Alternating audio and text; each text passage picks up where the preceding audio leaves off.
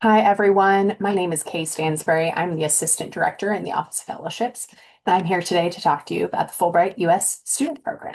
Today, we will talk about a number of facets of this program. So, first of all, what is it? The purpose and goals behind it, the eligibility requirements, so the things you need to meet, selection criteria, the types of awards, what the application looks like, how you can get support from us, and then we'll finish with some questions. So the first thing you should know about Fulbright is that this is a U.S. student program that is here to promote the international goodwill through exchange of students in the fields of education, culture, and science. That means it's for everyone, no matter your background. The aim here is to foster mutual understanding between nations, advance knowledge, and improve lives around the world. So as you may already know, this is a program run by the State Department. So think about what the State Department's goals are here in terms of international goodwill and mutual understanding. That's kind of what you're looking for. Eligibility requirements. So this is true for all of them, but the Fulbright U.S. student program is open to U.S. citizens. There are other Fulbright programs open to international students, but this is particular to U.S. citizens. You need to have a bachelor's degree by the start of your program. So you can apply while you're still an undergrad, but by the time you go overseas, you do need to be graduated. So that means you can be a graduating senior, recent graduate, you could be a grad student, you could be an early career professional, or not have a doctorate degree. All of those count. Some countries, depending on where you're going in the world, do have additional eligibility requirements. We will talk about that, but it is important that once you decide which country you want to go to, you do look for the specific requirements for that country and that program. So what are they looking for? Selection criteria is how the award foundation, so in this case, the State Department, decides, the State Department and sometimes the countries which you're going to decide what this is what they're looking for in your application. So first, quality and feasibility of the proposal as described in your statement of grant purpose. Now, your statement of grant purpose aligns with what you're applying to.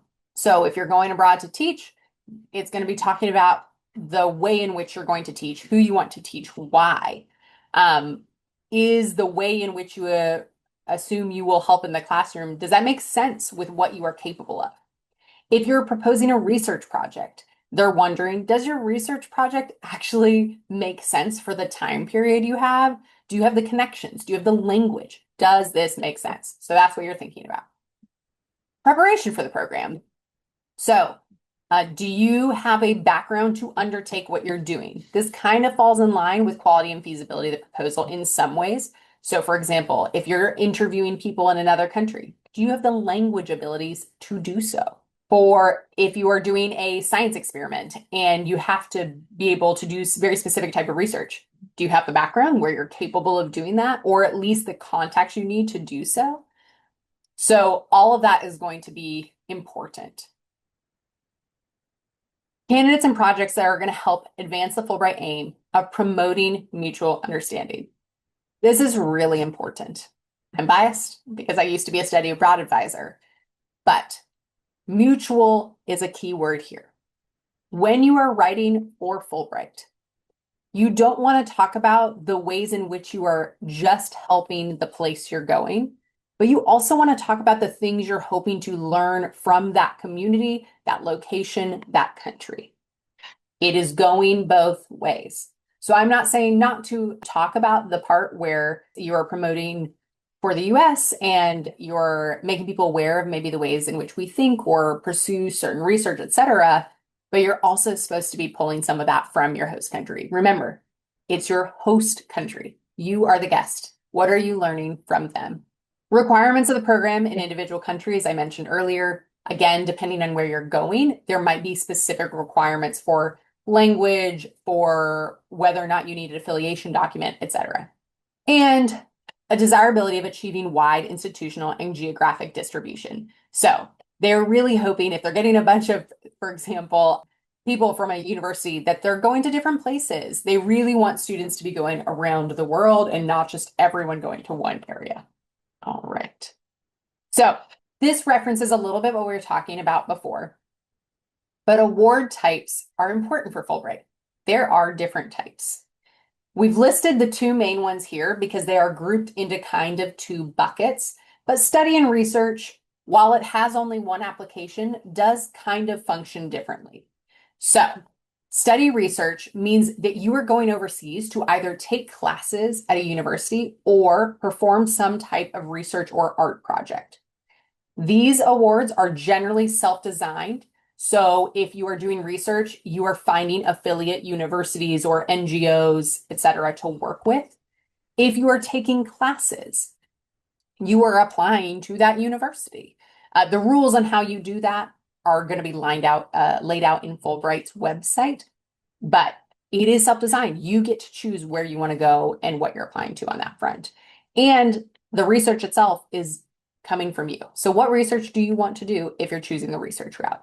So while study research has one singular application, there is the study side where it can pay for the first year of a grad degree, and the research side where you can just go to do research. If you kind of combine them, that's fine, but the funding would be about the same. There are about 950 or more awards for these. These are 8 to 10 months long, so kind of an academic year. And then there's about 140 countries to choose from. So lots of opportunity in this realm. The second one, which is particularly popular, especially with students who are maybe considering wanting to teach in the future, but also people that just want to try some new skills out, is the English Teaching Assistantship, and or we call it the ETA. This is where you're going to go and help teach English and US culture in the classroom. You are not going to be the head teacher. You do not have to have had loads of teaching experience, but it will help you if you have some, because you are going to be assisting them in the classroom. Every country you go to, each location within the country you go to is going to be slightly different. Are you going to be working with older kids, younger kids? Are you going to be working in a small town, in a big city? That can really differ from country to country, but you don't get to pick your specific school. You only pick the country you're applying to. For this one, there are even more awards. There's about 1,250 plus awards, but the time frame is the same, and there are less countries for this one to choose from. So it's about 75 countries to choose from. A big question we always get here in our office is, what does the application for this award actually entail? What do you have to do, right? So first is personal and program information. Just like anything else you're applying to, they want to know who you are, what's your email, how do we contact you, etc. And they're going to ask you some short responses. So very quick paragraphs. What's your research on? Maybe a quick overview. What do you want to do? How are you going to get involved in your host country? That's host country engagement. What are your future plans? How's this going to help you in the future? Again, these are quick, short responses. Then you're going to have two big written materials. The first is one we've referenced before, which is a statement of grant purpose. This is, the last we looked, 6,000 characters, and it is a chance for you to go over what you are doing in the country and why. In this, I really want you to focus on, why did you choose this country for your project, for study, etc., and not somewhere else? Make sure you have a good reason, because that is something they are going to be looking at. And then they're going to have some short answers that align with those selection criteria we talked about before. So I'll go back shortly. So as a reminder, these are the things they're looking at in that selection criteria, and their short answers are going to somewhat align with these questions or these selection criteria. You're also going to need to have references. So you have to have at least 3 references that you can pull in. So these are not just names, but rather you are going to give them, get full letters of recommendation for them. For some countries, you need foreign language evaluations. Not everywhere, but in some locations, depending on what you are doing, that is required. You again need to look at the country you're going to and the specific requirements for that award. You need to submit unofficial transcripts. So again, not official, you don't need to pay for them, but you do need to make sure your unofficial transcripts show your name and your university so that they can easily check through everything. And if you are doing some specific awards, you might need some additional materials. If you are going for research or for study, you're going to need a letter of affiliation. Some countries want that right when you apply. Others want it by the time you go overseas, or they give you an extra few months after you've applied to get that turned in. Letters of affiliation are letters from the universities or organizations who you are working with, either to do your research or to do your degree from overseas. Again, that's country specific, so you need to look at that country to know what to do. If you're going for an art award or an art project, they're going to probably ask you for samples for your portfolio. Depends on the award. And finally, campus endorsement. We are going to talk about this in a moment, but campus endorsement is an optional thing you can engage in to help boost your application. It is not necessary, it is not required, but it is helpful. So we do think you should consider it. We'll talk a little bit more about what that means in a moment. Campus endorsement. So as I mentioned, this is optional, but when you work with our office at George Mason, you can apply for this. You don't have to in order to do the Fulbright, but it helps you be more ready for the process. And endorsed candidates generally have a better chance of getting selected. Now, the reason for this is simply that if you get endorsed, then we write a letter that says, hey, our university endorses this student. So it's basically like getting an additional recommendation letter from another person. One more way that the people reviewing your application get to know you holistically. If you want endorsement, you have to tell our office that you are going to work with us in order to get endorsement by July 1st. You must work with our office between July and September on your application, and you must submit at least 2 drafts of each of the essays. We're here to help you with that. We'll talk more about that in a bit. The entire application needs to be submitted by September 15th. And then we have our faculty committee for Fulbright review the application, and they will interview you for about 10 to 15 minutes, pretty short. After your interview and after they review your materials for Fulbright, they are going to make a decision about whether or not the university should endorse you.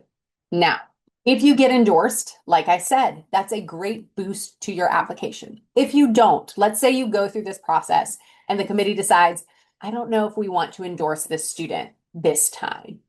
That is okay. You can still apply. 2 things can happen. One, you can continue to go through us and we note that we did not endorse you, but you went through the process. You do not get a letter. Or you can still apply, but not through George Mason. You can kind of do open application on your own. It's up to you. The decision is yours. If it comes to that, our office will work with you to talk through what your options are. But again, we highly recommend everyone at least go for this because it does help your application if you get it. I also want to add in a brief note. I used to work closely with Fulbright, and I often was facilitating Fulbright committees, not at Mason, but at Fulbright's head office. What I can tell you is that if you do not get endorsement, it does not hurt your application. They notice if someone has an endorsement and it is helpful, but if someone does not, they don't notice that. And the reason is the way the committees are often set up is usually by country. It is never going to be by university. So it's not going to be a pool of Mason candidates and they're like, oh, these 4 got endorsement and these ones did not. They will not be seeing your award that way. They're looking at tons of applications from around the country. So I want you to give you that confidence of doing this is going to help you. It is in no way going to hurt you. All right, quick timeline. So this April, application is opening. This June and possibly later in the summer, we are going to have optional Fulbright boot camps. These are chances to work on your essays in real time rather than just asynchronously on your own. By July 1st is the George Mason commitment deadline. If you do not choose to go for endorsement, you don't have to commit to us by then. But if you want endorsement, you have got to tell us by July 1st if you want endorsement. Otherwise, you cannot be part of that process because it involves a lot of calendars. The campus review deadline is September 15th. That may be adjusted year to year as well as the rest of these, so just be aware of that. The Fulbright deadline is October 2026. So September 15th is when we get all your materials and we review them with committees. If you do that process, you will get final feedback. That information will get sent to you so you can update your essays, make them even better before submitting at the Fulbright deadline in October. Between November and December, the United States review by National Screening Committee takes place in Washington, D.C. And then between January and May, sometimes it's April, sometimes it's May, but we've given a larger thing here. The host country review by commissions or embassies takes place. So remember that your application is being viewed not only by George Mason, not only by US constituents, but also by the host country you want to go to. Keep that in mind when you are writing. How does your writing come across, not just to other American citizens, but also to people from the country that you will be planning to go to? And finally, sometime between March and June, you get final selection and notification. It is a long process. I want to acknowledge that. It's a lot to take in, but we are here to help you throughout the process. So whether you're working with myself or Dr. Bruning, Office of Fellowships is here to support you if you have questions, concerns, etc. So please do not hesitate to reach out if you have questions about this. So just a quick overview of what we do, because I know I keep referencing us and you're probably thinking, okay, but other than endorsement, what's your office doing? So we provide one-on-one advising. If you think you want to do Fulbright, but you're like, I could go to 4 different places, come chat with us. We are more than happy to verbally process with you where might be best based on what you want to do and your future goals. We give you feedback on your essays from trained writing specialists. So when you apply for any award, not just Fulbright with us, you are able to turn in your drafts. We give you feedback based on our knowledge of these awards, which we have been working with for years. We have application boot camps in June and then often workshops in the fall to help you work on things to prep your application. We facilitate the Fulbright endorsement process. And for students who are pursuing grad study overseas, if you need reimbursement for the grad school application fee, we can do that for you. So lots of opportunities for us to help you throughout this. And of course, we're just here if you have questions.